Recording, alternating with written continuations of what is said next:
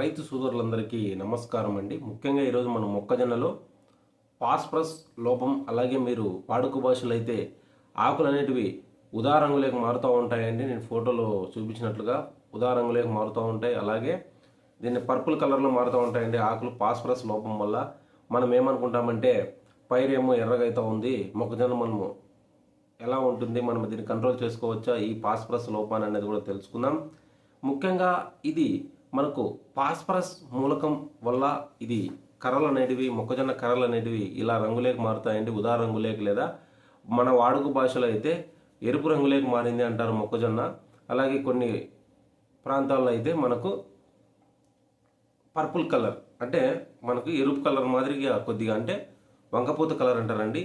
దీన్ని ఎలా కంట్రోల్ చేసుకోవాలి, అలాగే దీనికి పర్ఫెక్ట్ సొల్యూషన్, అలాగే రాబోయే పెట్టే అంటే ఈ పంట కాకుండా మళ్ళా వచ్చే పంటకు కూడా ఇటువంటి లోపాన్ని మనం తెచ్చుకోకూడదు. అంటే మనం ఎటువంటి ఎరువులు వాడాలి, అలాగే వచ్చిన తర్వాత ఈ ఫాస్ఫరస్ లోపాన్ని మనం ఎలా కంట్రోల్ చేసుకోవాలి.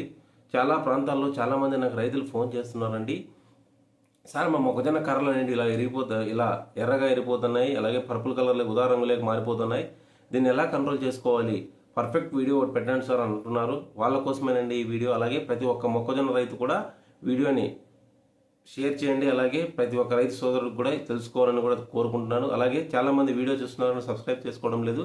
ప్రతి ఒక్క రైతు సోదరుడు సబ్స్క్రైబ్ చేసుకుంటే నాకు పెద్ద బూస్ట్గా ఉంటుందండి. ఎందుకంటే కొత్త కొత్త విషయాలు కూడా మీ ముందుకు తీసుకురావడానికి నేను ప్రయత్నిస్తాను. ఓకే, మెయిన్ వీడియోలోకి వెళ్ళిపోదాం. మొక్కజొన్నలో మనకు ఫాస్ఫరస్ లోపం అనేది మనకు 10 నుంచి 20 రోజుల మధ్య మనకు కనిపిస్తుందండి. కర్రలని ఎర్రగా అయిపోతాయి. ఈ ఫాస్ఫరస్ వల్ల మనకు ఎటువంటి సైడ్ ఎఫెక్ట్స్ ఉన్నాయి మొక్కలను గమనించినట్లయితే, ఇది పైరు అనేది ఎదగనిదండి. మనకు లేటుగా మనకు వెన్ను వేయడం కానీ, లేకుంటే లేటుగా మనకు కాపు కాసేదానికి ఉంటుందన్నమాట. ఈ ఫాస్ఫరస్ లోపం ఉండడం వల్ల మొక్క అనేది గిడ్డుబారిపోయి మనకు అంత తోటంతా ఫాస్ఫరస్ లోపం లేని ఉంటుంది కదండి. అంత తోటంతా బాగా ఎత్తుగా ఉంటే ఈ పైరు మాత్రం అంత అంటే ఎత్తు తక్కువగా ఉండేసి తొందరగానే వెన్ను విడిచేదానికి ఆస్కారంగా ఉంటుంది. ఈ ఫాస్ఫరస్ లోపించడం వల్ల మొక్క అనేది ఎత్తు పెరగకోకుండా మనకు నిశ్చల స్థితిలోనే మనకు మొక్క డెవలప్మెంట్ కూడా ఉండదండి. దీన్ని ఎలా కంట్రోల్ చేసుకోవాలో ఈ ఫాస్ఫరస్ లోపాన్ని మనం గమనించినట్లయితే, మనం మొదటి తప్ప ఎరువు వేసేటప్పుడే ఈ ఫాస్ఫరస్ లోపం వల్ల ఎందుకు లోపిస్తుందంటే, మనం సార్ మేము డిఏపి వేసినాము, కాంప్లెక్స్ వేసినాము, అయినా కూడా మాకు ఆ మొక్కజొన్న కర్రలు అనేటివి ఎర్ర కలర్లోనే ఉన్నాయి సార్, మాకు నలుపు తిరుక్కోలేదని అంటున్నారు. ఓకే అండి, నేను ప్రతి ఒక్క రైతు సోదరుడికి నేను చెప్పేది ఏంటంటే, తొలిదప్ప వేసే ఎరువుల్లో కంపల్సరీ ఇండి రూట్స్ మొక్కజొన్న స్పెషల్ దొరుకుతాయండి. లేకుంటే ఇండి రూట్స్ బకెట్స్ మనం ఎకరాకు 4 కేజీల చొప్పున మనం మొదటి తప్ప వేసే ఎరువుల్లో కలుపుకొని చల్లినట్లయితే ఏం జరుగుతుందంటే, ఈ చల్లినట్లయితే మనకు ఫాస్ఫరస్ లోపం, అంటే ఈ ఫాస్ఫరస్ అనే మూలకం మనం చల్లిన వెంటనే భూమిలోకి కలిసిపోదండి. ఎందుకంటే ఫాస్ఫరస్ అనేది అది ఒక వేసిన ప్లేస్లోనే నిశ్చల స్థితిలో ఉంటుంది. అన్మూమెంటెడ్ మూలకం అంటారంటే నిశ్చల స్థితిలో ఉంటుందండి. దాన్ని కరిగించి మొక్కకు అందజేయలేము అన్నమాట ఫాస్ఫరస్ అని. అందుకే మనం ఈ ఇండి రూట్స్ చేసుకోవడం వల్ల దీంట్లో పిఎస్బి ఉంటుందండి. పిఎస్బి, కేఎస్బి, అలాగే నైట్రోజన్ సాల్బింగ్, ఫాస్ఫరస్ సాల్బింగ్ బ్యాక్టీరియా కూడా ఉంటుందండి. ఇది ఏం చేస్తుందంటే భూమిలోకి వేసిన ఎరువుతో మన ఫాస్ఫరస్ను అందించి కరిగించి దానికి మొక్కకు అనేది అందజేస్తుందండి. కావున దయచేసి సోదరుడు, మొదటి దప్పాల్లో మనం ఈ ఇండి రూట్స్ చేసుకోవడం వల్ల, అడ్వాన్స్గానే వేసుకోవడం వల్ల ఏమవుతుందంటే మనకు భవిష్యత్తులో ఫాస్ఫరస్ లోపం రాకోకుండా మనకు 100% మనం పెట్టిన మొక్కజొన్న ఫాస్ఫరస్ లోపంలో కూడా కర్రలు ఎర్రగా వాకోకుండా, అలాగే మన వాడుక భాషలో అయితే దాన్ని ఉదారంగా అంటారు, కొన్ని ప్రాంతాల్లో ఎరుపు రంగు అంటారు, కొంతమంది అయితే సార్ ఫాస్ఫరస్ డెఫిషియన్సీ అంటారు, కొన్ని ప్రాంతాల్లో అయితే మనకు పర్పుల్ కలర్ కూడా అంటారండి. అంటే మనకు కొద్దిగా ఉదారంలోకి మారుతూ ఉంటుంది అనమాట కర్రలు. దీనివల్ల ఎఫెక్ట్ ఉందంటే చాలా ఎఫెక్ట్ ఉందండి. ఎందుకంటే దీనివల్ల మనకు 5 నుంచి 10% దిగుబడి తగ్గే ఛాన్స్ ఉంటుంది. దయచేసి రైతు సోదరుడు దీన్ని ఎప్పుడు నెగ్లెక్ట్ చేయకూడదు. లేత పైరు ఉన్నప్పుడే దీన్ని మనము తగు జాగ్రత్తలు పాటించాలి. అందుకేనండి మొదటి తప్పలో వేసే ఎరువుల్లో ఇండి రూట్స్ మొక్కజొన్న స్పెషల్ బకెట్ దొరుకుతుందండి. లేకుంటే ఆల్ క్రాప్స్ అనే వేసుకోవచ్చు. ఈ ఇండి రూట్స్ని మనము ఎకరాకు 4 నుంచి 8 కేజీల చొప్పున మనము చల్లుకోవాలి.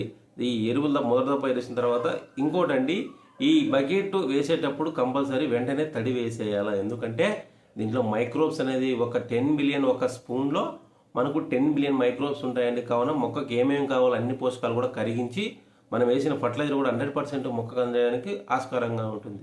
చాలామంది ఫోన్ చేస్తున్నారండి, చాలామంది నాకు ఫోటోలు కూడా పెట్టారు, సార్ కర్రలు ఇలా మారిపోయాయి, దీనికి ఏంటి సొల్యూషన్ అని గమనించినట్లయితే మనకు ఇంకోటండి, మార్కెట్లో కొన్ని మందులు సార్ మనకు కర్రలు ఎత్తి అయిపోయినాయి అలా అయినా ఫాస్ఫరస్ లోపం పోలేదంటే మనకు మార్కెట్లో చాలా మందులు ఉన్నాయండి. 12-60-0 స్ప్రేయింగ్లో లీటర్ని 5 నుంచి 10 గ్రాముల చొప్పున మనము కలిపి స్ప్రే చేసుకోవాలా. లేకుంటే మనకు 319 దొరుకుతుందండి. 319 919 అంటారు. లీటర్ నీటికి 5 నుంచి 10 గ్రాముల చొప్పున మనం కలిపి మొక్క బాగా తడిచే విధంగా స్ప్రే చేసుకోవాలా. స్ప్రే చేసుకుంటే మనకు ఫాస్ఫరస్ లోపం కంట్రోల్ అవడానికి ఆస్కారంగా ఉంటుంది. అలాగే మనం ఒకవేళ డ్రిప్ వదిలినట్లయితే మనకు పిఎస్బి బ్యాక్టీరియా అని దొరుకుతుందండి. ఒకవేళ మీరు మొక్కజొన్న నాటుకునే వాళ్ళైతే ఫాస్ఫరస్ లోపం ఉన్నట్లయితే డ్రిప్ కూడా 12-61 ఎకరాకు 2.5 కేజీ నుంచి 3 కేజీల చొప్పున, లేకుంటే 319 3 నుంచి 5 కేజీల చొప్పున మన డ్రిప్లో వదులుకున్నా కూడా మనకు 100% ఫాస్ఫరస్ లోపాన్ని కంట్రోల్ చేసుకుంటాం. సార్ ఇంక భవిష్యత్తులో మనకు ఫాస్ఫరస్ లోపం రాకూడదు అనుకుంటే మనకు మార్కెట్లో దొరుకుతుందండి. ఫాస్ఫరస్ లోపం ఉన్నా లేకపోయినా మనం ఇండిరూట్స్తో పాటు డ్రిప్కు మనకు హలోచెక్ ప్లస్ రైజోజన్ మొక్కజొన్న రైతు ప్రతి ఒక్క రైతు తెలుసుకోవాలా. హలోచెక్ 500 ml ఎకరాకు, వాటితో పాటు 100 grams రైజోజన్ అనేది మన డ్రిప్లో వదులుకుంటే మొక్క పీచువేరు వ్యవస్థ పెరగడమే కాకుండా ఫాస్ఫరస్ కానీ వివిధ రకాల లోపాలు, న్యూట్రియన్స్ లోపాలు రాకుండా బలిష్టమైన మనకు కాండం రావడానికి కూడా ఆస్కారంగా ఉంటుందన్నమాట. ఓకే, నేను చెప్పిన విషయాల్లో మీకు ఎటువంటి సందేహాలున్నా మీరు నన్ను కామెంట్లో అడగండి, మీకు కంపల్సరీ నేను రిప్లై ఇస్తాను. అలాగే మీ తోటి రైతులు కూడా ఈ విషయాన్ని షేర్ చేయండి. చాలామంది డబ్బులు ఎక్కువ పెడతా ఉంటారు ఈ ఫాస్ఫరస్ లోపాలను కంట్రోల్ చేసుకోవడానికి. అందుకేనండి మన మొక్కజొన్న రైతు ప్రతి ఒక్క రైతు సోదరుడికి తొలి దఫా వేసే ఎరువుల్లో ఇండి రూట్స్ అనేది కంపల్సరీ కలుపుకోవాలా. ఈ ఇండి రూట్స్ వేసుకోవడం వల్ల మనకు ఫాస్ఫరస్ లోపం భవిష్యత్తులో కాదండి కంప్లీట్గా ఉండదు. ప్రతి దఫా వేసుకుంటే కంప్లీట్గా ఉండదు ఫాస్ఫరస్ లోపం అనేది. చాలామంది రైతులు దానికి ఏం వాడాలా, యూరియా వేయాలా, లేకుంటే దానికి 319 కొట్టాలా, లేకుంటే డ్రిప్తో ఆడ ఎక్కడెక్కడ కర్రలు ఎర్రగున్నాయో అక్కడ మనం ఈ 319 కానీ 12-60 కరబెట్టి కానీ పోస్తూ ఉంటారు. దయచేసి రైతులు అలా కూడా చేయొచ్చు. బట్ ఏమంటే ఎక్కువ ఉన్నట్లయితే నేను చెప్పినవన్నీ మీరు పాటించండి. ఓకే, మీరు భయపడాల్సిన అవసరం లేదండి. చాలామంది రైతులు, ఎందుకంటే చాలామంది సార్ మా కర్రలు ఎర్రగైపోతున్నాయి, ఏమైనా పంట ఏమైనా ప్రాబ్లమ్ అని అనుకుంటారు. దయచేసి ఎవరు ఆందోళన చెందవద్దు. నేను చెప్పిన పద్ధతులు పాటించండి. మీకు మొక్కజొన్నలో ఎటువంటి సందేహాలు ఉన్నా నన్ను కామెంట్ అడగండి, కంపల్సరీ మీకు రిప్లై ఇస్తాను. అలాగే మీ తోట రైతులు కూడా వీడియోని షేర్ చేయాలని కోరుకుంటున్నాను.